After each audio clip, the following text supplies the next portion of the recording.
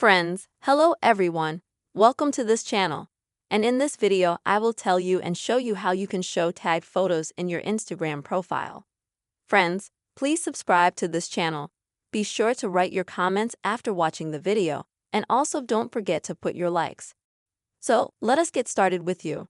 And open up the Instagram app. And then go to your profile. Then in the top right corner, click on the three bars to go to Settings and Privacy. Here you'll need to scroll down a little bit and find a section called Tags and Mentions.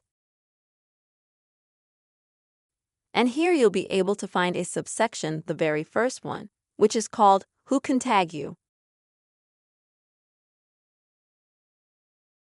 And if you want people on Instagram to be able to tag you in their photos, videos, on their reels, make some mentions with you, then it's very easy to do that. Choose either the first option, that you can be tagged by all users on Instagram, or the second option, if you want more privacy, that you can only be tagged by people that you're subscribed to. And that way you can be tagged in your Instagram photos. Friends, I really hope this video was helpful for you. You have seen how you can show tagged photos on your Instagram profile, how you can be mentioned by people.